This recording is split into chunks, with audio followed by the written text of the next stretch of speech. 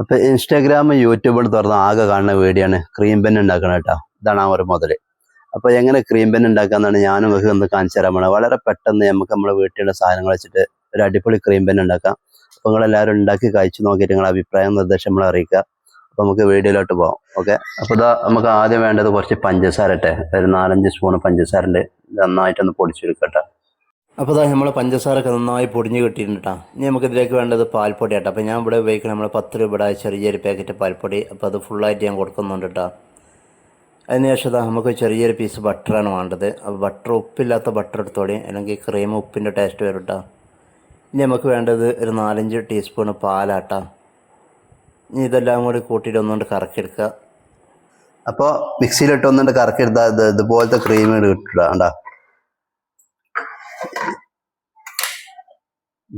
ഇനി ഒരു ബെന്നിൻ്റെ എടുത്തിട്ട് ഇതുപോലെ സെൻറ്റർ കട്ട് ചെയ്യട്ടോ.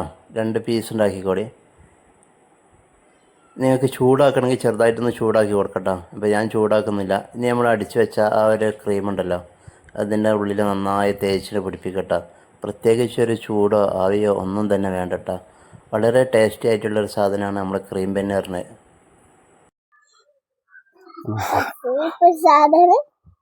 സൂപ്പർ സാധനം എല്ലാവരും വീട്ടിൽ ഉണ്ടാക്കി വെക്കുക.